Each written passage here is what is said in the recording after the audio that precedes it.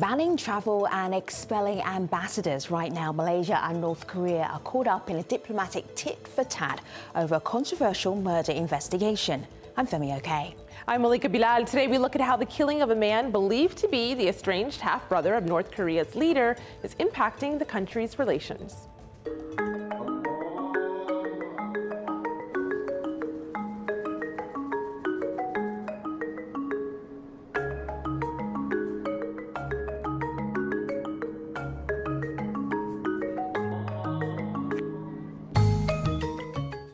Malaysia and North Korea established diplomatic ties in 1973, with Malaysia becoming the first nation to have visa-free entry to one of the world's most reclusive countries. But Malaysia's probe into Kim Jong-nam's death in Kuala Lumpur last month has riled North Korea.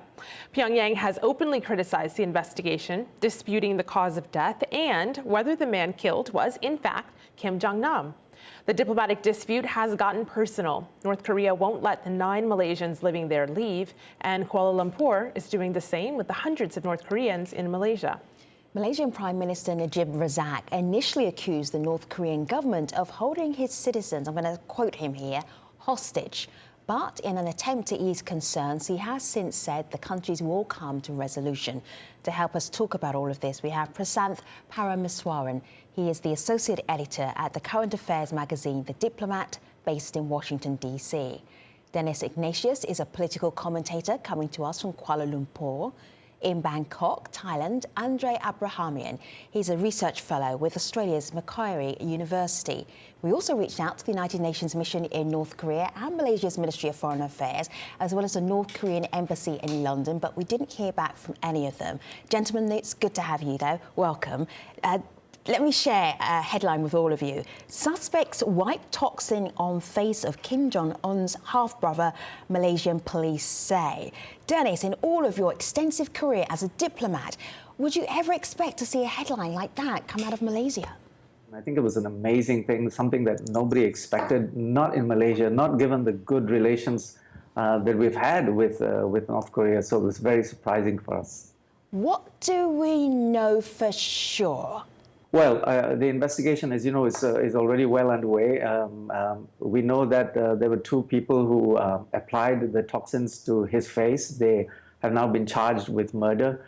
From the video camera feed and other investigations, we know that several North Koreans were involved in one way or another. Most have fled the country almost immediately. There are 2 that remain. One is covered with diplomatic immunity, the other is not. And the police are anxious to talk to them, but so far we have not had any cooperation. So you asked, what do we know for sure? Unfortunately, online it seems like not a whole lot, but I want to share these tweets. These are from journalists. This is Satish. He includes a picture. This is via the AFP news agency. A member of the media writes on a wall near the building where Kim Jong-nam's body is being kept in KL. You can see someone writing there, waiting for Jong-nam. There's another picture, basically very similar to it, with journalists saying that it's been several days now, and no one has gone to claim the body. Prashant, what do we know about that? That tweet was from March 9th. Where is that currently? Yeah, I mean, it's a very interesting case indeed, as Dennis was pointing out, because essentially what you usually have is that the relatives will come to collect the body, usually pretty soon, a week or 2 at most. But in this case, given Kim Jong-nam's status as an estranged member of the former regime, you can understand why the family might be a little bit hesitant to come forward, given the fact that their security might be at risk. So it's kind of a complex situation, and the Malaysian government has had to deal with that situation. Let me share this with you from DPM Office Malaysia. DPM Dr. Zahid Hamidi confirmed that the body of Kim Jong-nam, who was murdered here last month, has been embalmed North Korea and Malaysia. So they're not even saying, we're not sure who it is. It's like, this is him, it's confirmed, he's embalmed. Andre, in your experience of going back and forth to North Korea, is this business as usual? Well, in my experiences going back and forth to North Korea, which have involved training entrepreneurs and focusing on economic policy, we haven't really had to deal with too many murders or murder investigations. So I don't feel I can speak to that other than that the whole situation is extremely unusual. Not only the death and then the spat over the investigation, but the way the spat became so intense so quickly. And as the other guests have pointed out, between countries that had, very cordial and long-standing relations. Why do you think that was? Why do you think that happened? It escalated really fast. Yeah, I'm Well, not if sure. I can jump in there. Yeah, please do, Go Dennis. ahead. Go ahead. Go ahead. Dennis, go first. Well, I think there was a great deal of effort on the part of the Malaysian government to make sure it did not escalate right after the assassination, when it was becoming very clear that this was Kim Jong-nam. The Deputy Prime Minister himself said, look, this is not going to affect relations. This is an investigation. We're going to carry on with the investigation. And I doubt it'll affect the rest of the relationship. But I think it's the subsequent behavior of the North Korean representatives here that really helped to escalate the situation. First, they've been very obstructionist. They tried to stymie the whole investigation. They wanted to reclaim the body before the autopsy was done. And then on top of all that, you have all this ridiculous statements by the North Koreans accusing Malaysia of colluding suddenly, after all these years of good relations, of colluding with them to do them in. So I think that was really the timeline that escalated the whole situation. Yeah, they really pushed KL into kind of a corner with that sort of rhetoric. So in the end, it was inevitable that some kind of reaction would take place by the government in Kuala Lumpur. And then North Korea and their diplomacy tend to ramp things up, intensify situations, and so far it's done them well. Give us an example. Other than this instance, give us another example to back that up. Well, so talks broke down in 2005, 2006 between the six parties, and that's US, South Korea, Russia, China, and Japan. And as talks broke down, North Korea decided to conduct a missile test. When the other parties met at the UN Security Council and passed the sanctions bill, then North Korea stepped it up and conducted a nuclear test there first. And so they have kind of a history of taking things to the next level and trying to amp the pressure up in difficult situations. I think in this case, it was a miscalculation. Yeah, and I think the North Koreans, it's fair to say in this case, have really shot themselves in the foot. Malaysia is one of their few remaining close friends in the international community. And already the North Koreans, with a series of ballistic missile tests over the last year or two, have isolated themselves increasingly in the regional and international community. And so by doing this, they've pushed Malaysia in a corner where they've had to react. And as a result, I mean, Malaysia has had visa-free travel for the North Koreans and some pretty good arrangements favorable to the North Koreans on working arrangements in the country.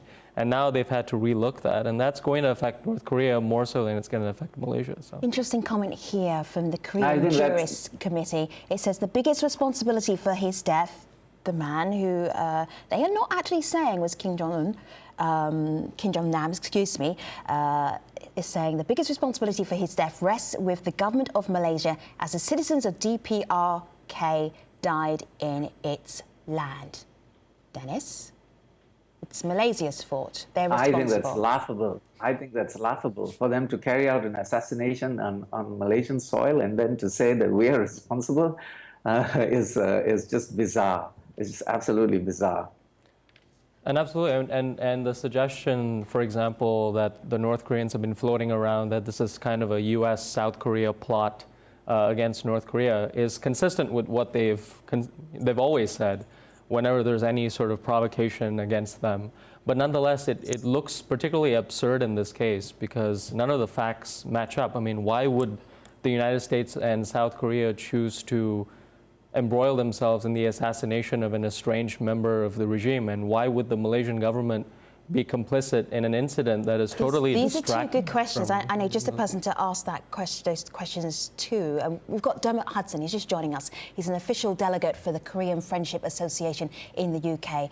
Dermot, welcome to the conversation. Before I ask you to jump in, I want to play a little bit from the Deputy Ambassador of North Korea to the United Nations to say what he's talking about this current situation. Have a listen to him, Dennis, and then I'd love you to join our conversation.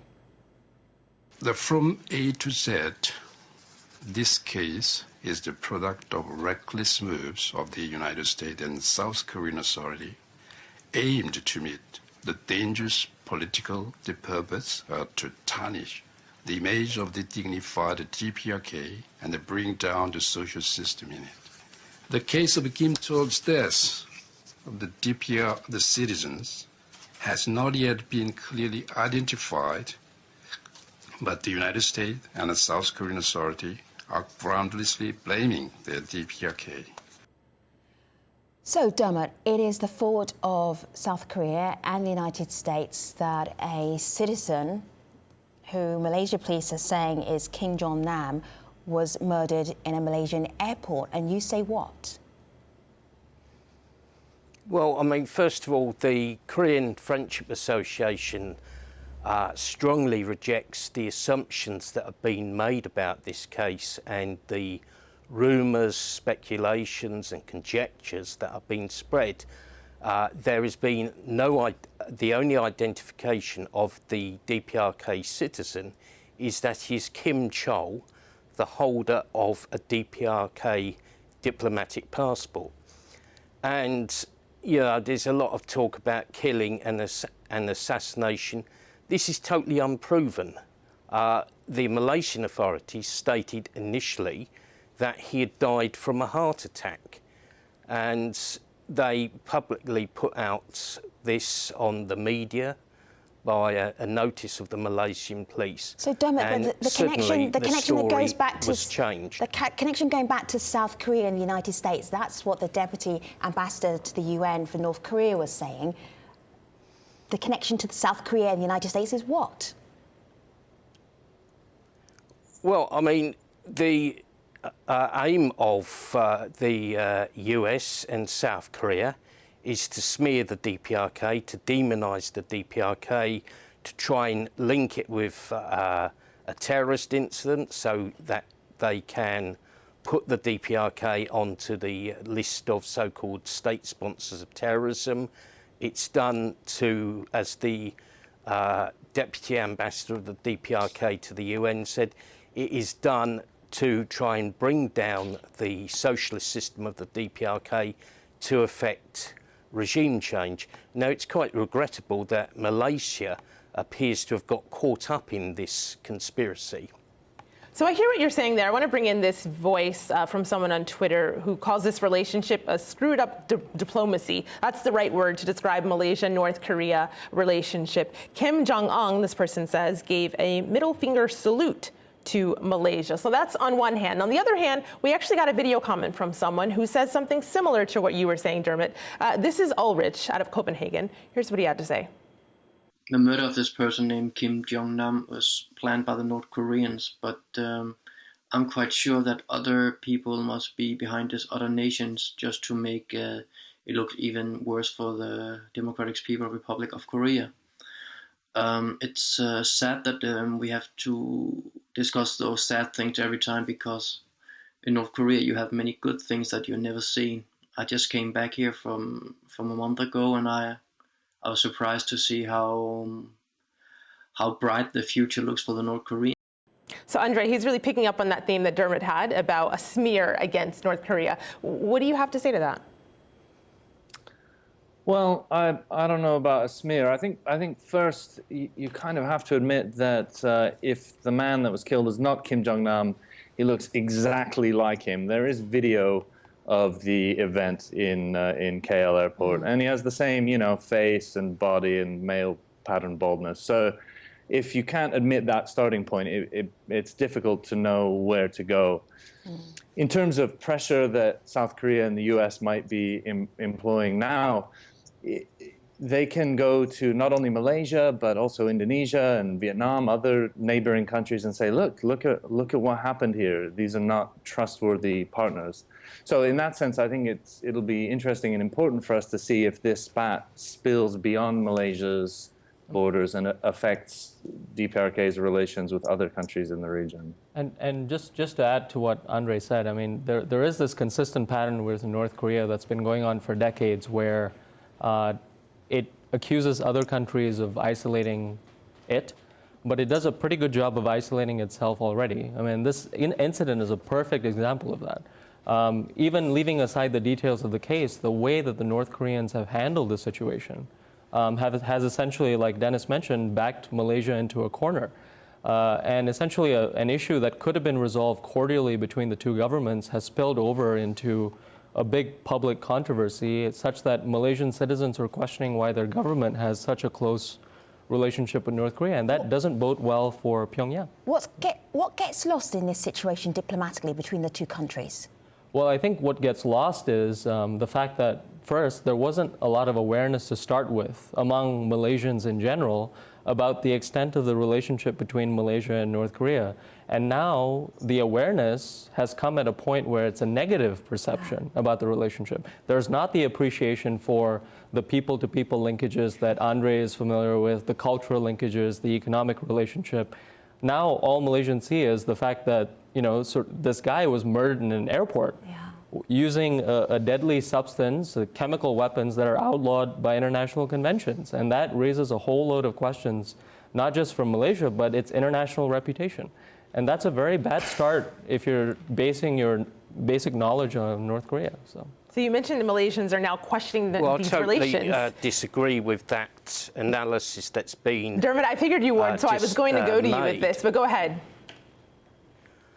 Okay, well, I mean, first of all, I think you've got to look at the details of the case, because the two main suspects who've been arrested are not DPRK citizens. They're not even ethnic Koreans. They're not from South Korea. They're not overseas Koreans. They're people from third countries.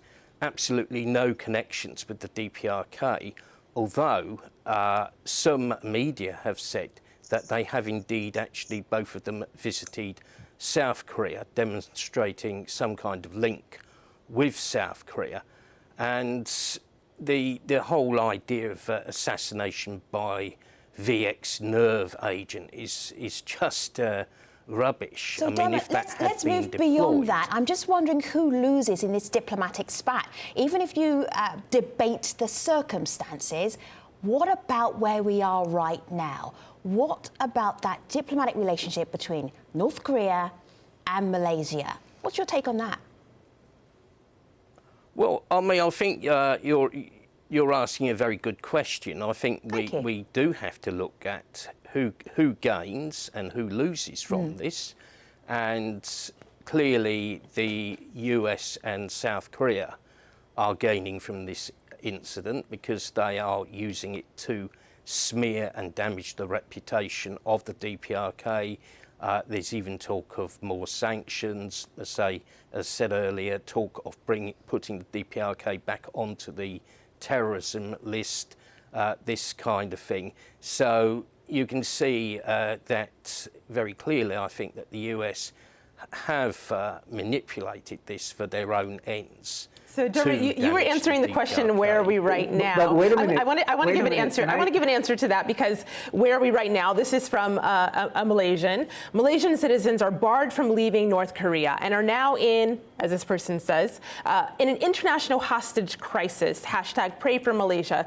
So that's quite a statement there. But that is how people are feeling. So we got this tweet here, Dennis, that I'm going to post to you. This is Fauzan, who says the solution is not popular, but we have a vested interest to cooperate with North Korea on both the Jong-nam murder and other diplomatic feuds. Does Malaysia have a vested interest? What do they get out of it? Look, I think that what the North Koreans are trying to do is really to shift the focus away from the assassination to the wider geopolitical things. Of course, there's a wider geopolitical framework involving China, North Korea, South Korea, the United States, and things like that. And they want to shift the focus. But the fact remains that an assassination has been committed on Malaysian soil. I disagree that the Malaysian authorities talked about a heart attack. They never talked about a heart attack. But after an autopsy was conducted, a proper autopsy was conducted, they said it was an assassination. They pointed to VX gas, and this is not something that you can hide, because eventually it's going to have to go to the Chemical Convention people in The Hague. So this is not something that you can contrive or you can make up. The fact is, an assassination was committed. The evidence points to North Korean involvement. So let's not lose sight of that, even as we consider the other international, the international ramifications and the international background. Dennis. An assassination was committed. And the North Koreans have done nothing but to obstruct this investigation right from the beginning, and then to hold our people hostage. And that's what they are. You can put a nice term over it, but that's what they are. They are hostages. Something like this has never happened. You do not restrict diplomats from leaving. And I should also I agree, add, that's really... the Malaysian diplomats who serve in North Korea, these are individuals who are serving in quite trying circumstances already. The restrictions on currency, the fact that they're followed around by intelligence agents, the fact that it's very hard to even get food supplies delivered. I mean, these are individuals who have sacrificed a lot to be there. And for them to be treated this way by North Korea, when Malaysia has been, hundreds of North Koreans are allowed to work under very favorable conditions in Malaysia. I mean, this is a relationship that was already unequal to begin with. And the fact that this treatment is being done is, unacceptable from Malaysia's perspective. Yes, Andre, go ahead. I agree that... Yeah, I think what's unacceptable is the way Malaysia... Hold tight a minute, Dermot. Let's just finish. Let Andre finish his thought. Go ahead, Andre. Yeah. Preventing diplomats from leaving is really an unprecedented step. And I would actually like to ask Dennis if he thinks that bilateral ties survive this spat. Do the embassies stay open in KL and Pyongyang? Well, right now, I think the focus is on getting our people out. Once that's done, there's going to be a serious review of our relationship. One thing is sure, we cannot go back to business as usual. Once you do something like this, once you set a precedent of holding hostage diplomats in your country, we are never again going to have the confidence to put our people in that kind of a situation ever again.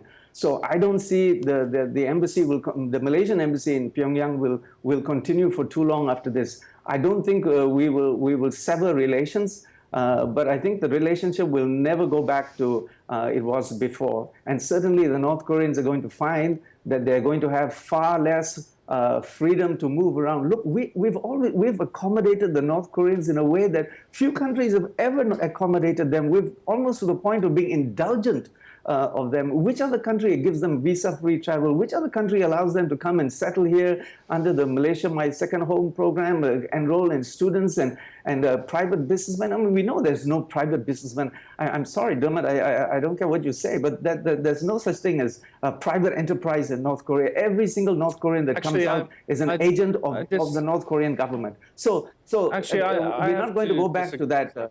Yes, Andre. I'll disagree mildly with that. An interesting thing that's happened in the North Korean economy over the last decade or so is actually really genuinely private, or de facto private business people have emerged. And more they've been allowed to go abroad, especially to China, but also to other countries. Malaysia is certainly one. And run legitimate businesses as private enterprises. Of course, they'll pay something back to the state. That is inevitable. And of course, there are also state agents and people doing the kinds of business that are slightly sketchier as well. But that's one thing that I think is really unfortunate, is that some of these legitimate business people trying to do well for themselves, their families, and yes, their country, they're also going to see their opportunities limited as well. Probably not just in Malaysia, but around the region. Okay, so gentlemen, there's so much more to talk about, and thankfully I can take all of you and put you online, and hopefully you will come with us as well, audience. So you have to go, if you're watching TV, you have to go online. If you're online, you have to go to a specific address, stream.aljazeera.com. We will be talking about the relationship between Malaysia and North Korea online. Hopefully see you soon. Take care, everybody.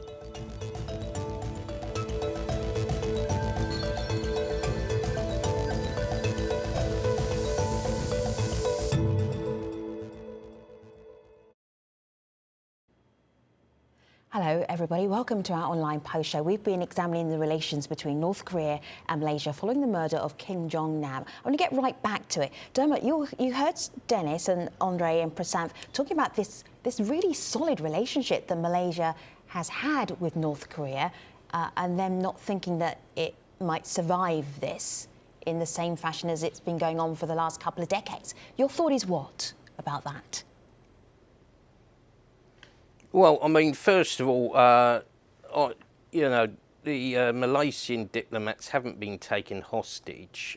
It's a perfectly normal measure that the DPRK has taken in response to the hostile actions of Malaysia, including the unfair treatment and threats made against DPRK citizen Ri Jong-chol and violations of the Vienna Convention.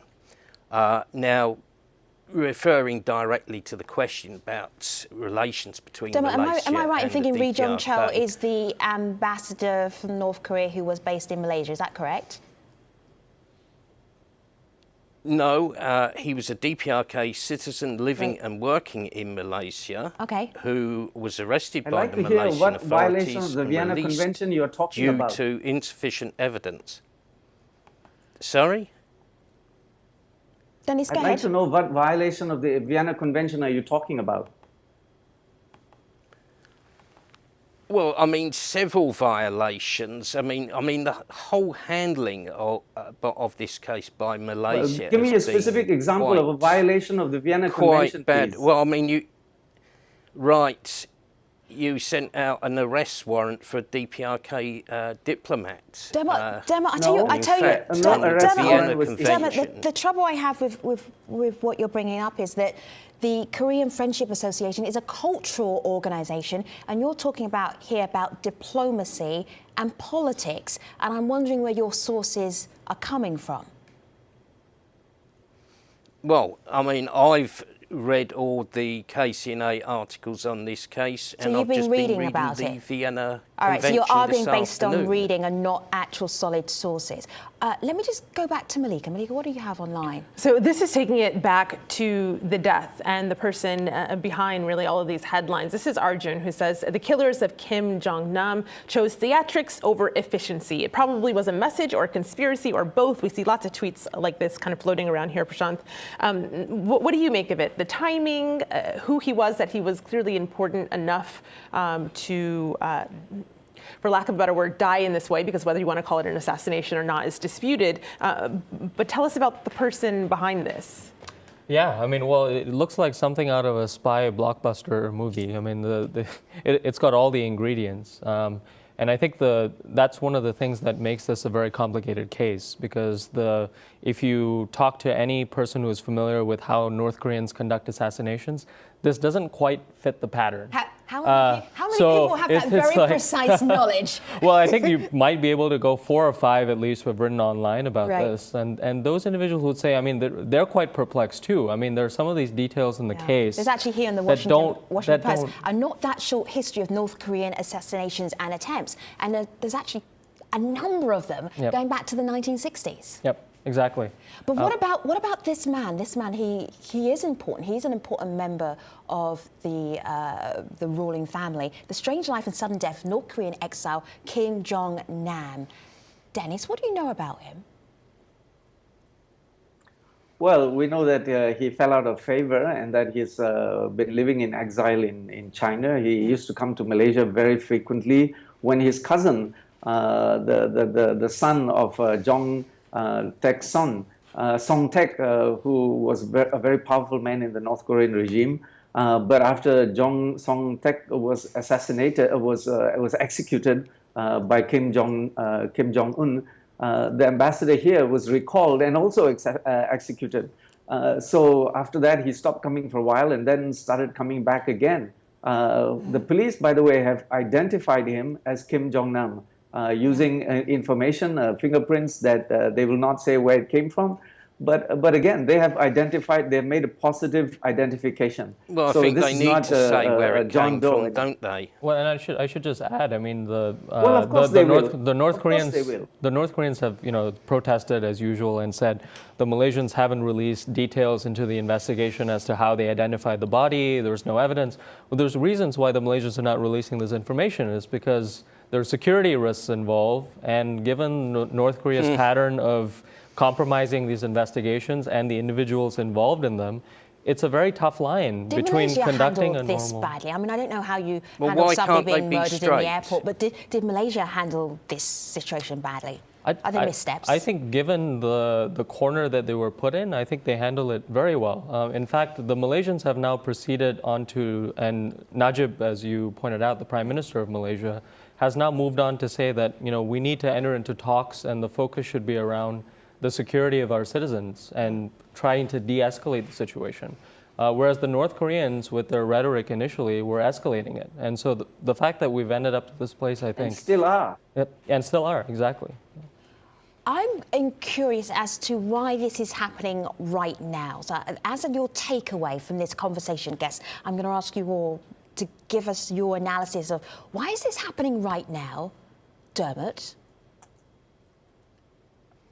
Well, I think there's a number of reasons for it. I mean, Give me the main one, because we're just wrapping up this conversation. Well, it's been cooked up by the US and South Korea, and South Korea is going through intense political crisis. The ruler of South Korea has just been removed by a constitutional court. Basically, South Korea is going into meltdown. They need a shocking incident like this to distract attention from their very perilous situation they're in. Dennis, why is this happening right now? My theory is that it's somehow related to the fact that China and North Korea are going through a very difficult time. I think the Chinese are getting increasingly concerned at the erratic behavior of Kim Jong-nam and Kim Jong-un, and having Kim Jong-nam there in China in exile gives them a certain leverage, a signal to the North Korean regime that, look, there's somebody in the wings that could replace you.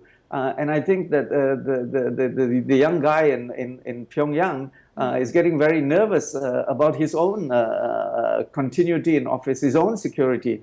So I think that the decision was made to move against his brother, and they just took advantage of Malaysia's openness and perhaps lack security to carry out this assassination in Malaysia. Andre? I think the fact is that we don't know. And I would say that so often when things like this happen, when decisions are taken in North Korea to do with their international relations, we're always obsessed with looking for the strategic reasons. Why have they done this? Why did they do it now? What are they looking for? The fact is that governments often make decisions based not on strategic reasons, but because of political pressures or bureaucratic pressures. Those things we can't see in North Korea because it is a very opaque society. So then we end up guessing, what was the strategy behind this? Why have they done it now?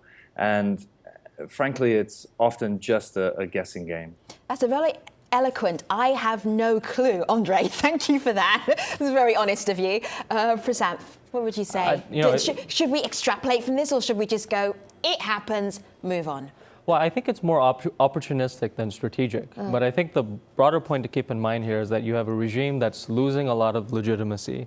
And it's willing to... It's losing legitimacy? It's losing legitimacy, well, because, increasing international isolation, no real sort of options beyond the provocations that it's exacted. And the international community is coming to grips with the fact that they're dealing with an unreasonable regime, and not just the United States and South Korea, but China, as Dennis correctly mentioned.